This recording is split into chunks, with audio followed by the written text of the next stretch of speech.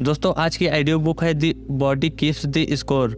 अगर किसी के साथ कभी कोई ट्यूमा वाली घटना जैसे चोरी, एब्यूज, हिंसा, स्टॉक में लॉस आदि हो जाए तो विक्टिम डिप्रेशन में चले जाते हैं।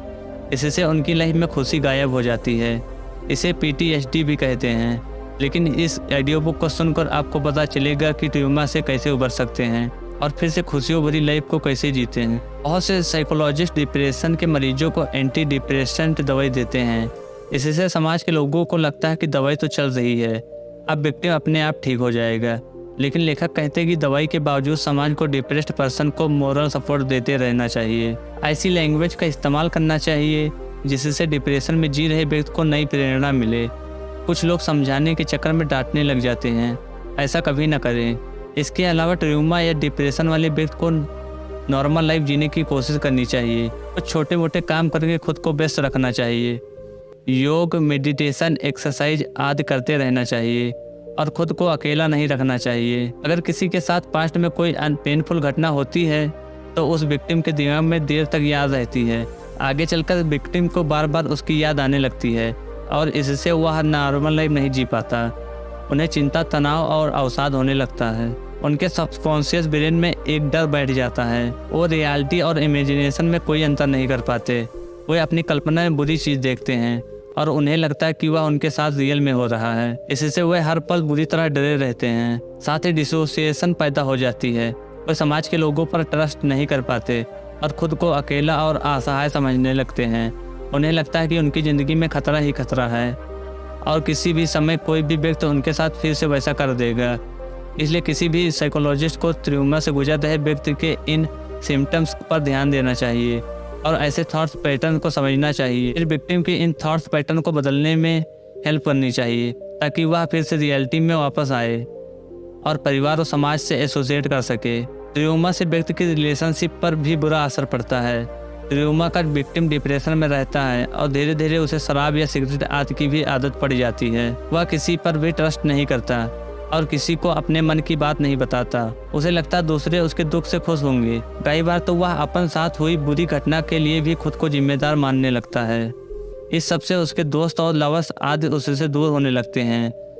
वे उसका व्यवहार समझ नहीं पाते। उन्हें लगता है कि वह एक बुरा आदमी बनता जा रहा है क्योंकि वह खुश नहीं रहता। इसलिए लोग ऐसे व्यक्ति से दूर रहने लगते हैं। इससे ट्यूमा विक्टिम की सिचुएशन सुधरने के बजाय और ख़राब होने लगती है। थेरेपी से ट्यूमा का उपचार किया जा सकता है। दरअसल जब भी हमारे सामने कोई डेंजर होता है तो हमारी बॉडी और ब्रेन दोनों फाइट या फ्लाइट मोड में आ जाते हैं। इसका मतलब लड़ो या भाग जाओ। लेकिन ट्यूमा से गुजरने के बाद भी ऐसे लोगों में फाइट या फ्लाइट मोड बना रहता है, हालांकि वहाँ कोई खतरा नहीं होता। ऐसे में वह व्यक्ति कभी गुस्से का अनुभव करता है तो कभी घबराहट का, और इस सबसे वह हमेशा विचलित रहता है। इसलिए हर ट्यूमा विक्टिम की समय रहते किसी अच्छे साइकोलॉजिस्ट या थेरेपी करवानी चाहिए। EMDR नाम की तकनीक से ट्यूमा को काफ़ी हद तक काम कर सकता है। इसे थेरेपिस्ट ही अच्छे से कर सकते हैं। ट्यूमा होने से हमारे शरीर में स्ट्रेस के हार्मोन्स हमेशा निकलते जाते हैं जो हमारे ब्रेन के प्रोफेशनल कोर्स को ब्लॉक कर देते हैं। यह भाग हमें डिसीजन मेकिंग और सोचने समझने में हेल्प करता है। लेकिन ब्लॉक हो जाने पे हमारा दिमाग ठीक से सोचना बंद कर देता है। इसके अलावा देखने वाले को ऐसा आदमी बाहर से नॉर्मल नहीं लगेगा, लेकिन अंदर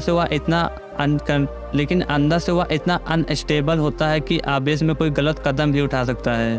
ब्रेन स्कैन से पता चला कि अगर ट्यूमा वाला आदमी कुछ एक्शन करता रहे तो उसका दिमाग ठीक से काम करने लगेगा। सबसे ईजी टास्क है योग और मेडिटेशन। आंखें बंद करके ऐसे व्यक्ति को ईश्वर या डिवाइन पावर पर ध्यान करना चाहिए या ऐसी मेमोरीज को याद करना चाहिए जब वह बेहद खुश था या जब उसने कुछ अचीव किया था। इससे उसके अंदर स्ट्रेस हार्मोन रिलीज होना बंद हो जाएंगे और वह कुछ हद तक ब्रेन को नॉर्मल स्टेज में रख पाएगा। इसमें टाइम लग सकता है लेकिन कोशिश करती रहनी होगी। इसके अलावा सेल्फ हेल्प बुक पढ़ना भी लाभ दे सकता है क्योंकि इससे दिमाग बिजी हो जाता है और बुरी घटना से उसका ध्यान हट जाता है। नया ज्ञान तो प्राप्त होता ही है। ट्यूमा का व्यक्ति अक्सर माइंडफुल नहीं रहता, अर्थात उसके बहुत से रिस्पॉन्स ऑटोमेटिक हो जाते हैं और वह लॉजिक नहीं लगा पाता। जैसे तेज आवाज़ से डर जाना, अकेले बैठने में भी घबराना। उसे लगता है कि वह घटना उसके साथ अभी भी हो रही है। इसलिए थेरेपिस्ट को उसे माइंडफुलनेस सिखानी चाहिए। उसे समझाना चाहिए कि पास्ट में न जीकर फ्यूचर के बारे में सोचे। या पूछना चाहिए कि आज से 5 साल बाद आप कहाँ होंगे। इससे विक्टिम को सोचने में मदद मिलेगी कि सच में उसका फ्यूचर कैसा होगा।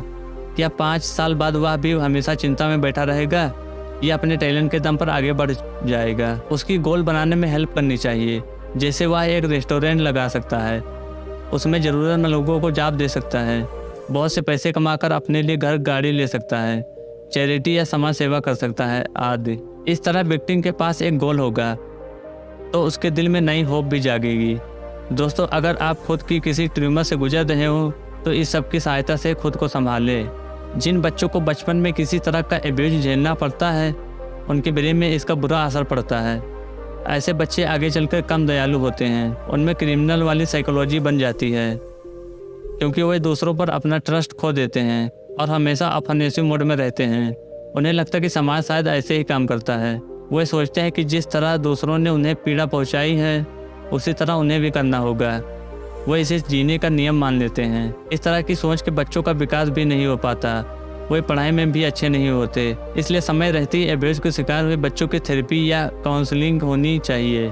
इससे उस बच्चे की सोच के फिर से पॉजिटिव किया जा सकता है और वह फिर से एक सामान्य ज़िंदगी गुजार सकता है।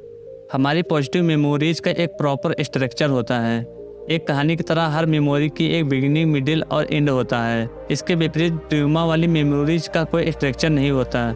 विक्टिम के दिमाग में ऐसी मेमोरीज अक्सर फ्लैशबैक की तरह आती हैं। इससे विक्टिम का ब्रेन इसे डेंजर मान लेता है और उसमें स्ट्रेस हार्मोन निकलने लगते हैं, जिससे उसके अंदर बहुत से नेगेटिव इमोशन आने लगते हैं। या तो वह खुद को नुकसान पहुंचाने की कोशिश करता है या दूसरे को नुकसान पहुंचाने की सोचता है। इन मेमोरीज को दिमाग से हटाने की कोशिश करनी चाहिए। विक्टिम को अपने सबकॉन्शियस ब्रेन से यह बात करनी चाहिए और कहना चाहिए कि यह सब पास्ट की घटना है और मैं धीरे धीरे इसे भुला रहा हूँ। साथ ही ईश्वर को धन्यवाद करना चाहिए कि उनकी जान तो सलामत है, क्योंकि विश्वास खो देने से विक्टिम को नुकसान ही होगा। या फिर सोचिए कि यूक्रेन के लोगों ने यह बहुत ज़्यादा ट्यूमर देखा होगा, लेकिन यह तो सिर्फ एक रेफरेंस के तौर पर लेना चाहिए, क्योंकि हर किसी का दर्द ही होता है।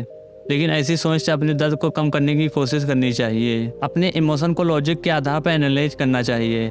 विक्टिम को सोचना चाहिए कि जो बुरा होना था वह हो चुका है और बार बार उसे याद करके मेरे शरीर में स्ट्रेस हार्मोन ही निकलेंगे, जिससे अवसाद बढ़ेगा। इसके बजाय पॉजिटिव एफर्मेशन का सहारा लेना चाहिए और खुद से ये कहते रहना चाहिए, मैं फिर से कोशिश कर रहा हूँ और धीरे धीरे फिर से खुशहाल जिंदगी की ओर लौट रहा हूँ। पेड़ की टहनियों को काट भी दिया जाए तो वह फिर से उगा लेता है और मैं दोबारा बाउंस बैक कर लूँगा। मेरा पास्ट में जो भी बीता हुआ है, लेकिन मैं अपने फ्यूचर को अपने हाथों से बनाऊंगा। जिंदगी में अच्छे बुरे मौसम आते रहते हैं और बुरा वक्त भी हमेशा नहीं रहता। रात के बाद सुबह होती ही है। इस तरह की सोच से आप विक्टिम खुद को दर्द और ट्यूमर से उबरने की कोशिश कर सकता है। ट्यूमर इसलिए भी विक्टिम को ज़्यादा प्रभावित करता है क्योंकि विक्टिम बार बार उस घटना चक्र को याद करता रहता है और उसके बाद गुस्सा या अफसोस करता रहता है। लेकिन इसके लिए हमेशा डिस्ट्रैक्शन टेक्निक लगानी चाहिए, जिसका मतलब है कि बुरे विचार आते ही आप ब्रेन को किसी तरह डिस्ट्रैक्ट करें। कोई गाना गाइए, एक्सरसाइज कीजिए, दोस्त से बात कीजिए, कोई सेल्फ बुक पढ़िए। जैसे कि इस यूट्यूब चैनल पर तमाम सी बुक पहले से पढ़ी हुई हैं, इन्हें आप सुनिए। बस यह रूल बना लीजिए कि दिन में एक बार भी ट्यूमर के बारे में सोचेंगे नहीं, बल्कि पॉजिटिव एफर्मेशन बोलते रहेंगे और डिस्ट्रैक्शन टेक्निक से नेगेटिव विचारों को दूर रखेंगे। साथ ही सेल्फ कंसर्न का इस्तेमाल। आपके साथ जो हुआ उसके जिम्मेदार आप बिल्कुल नहीं हैं। आप जैसे भी हैं, गोरे, काले, पीले, मोटे, लंबे, छोटे आदि, बस खुद को एक्सेप्ट करें, खुद से प्यार करें, क्योंकि आपको कोई भी रिप्लेस नहीं कर सकता।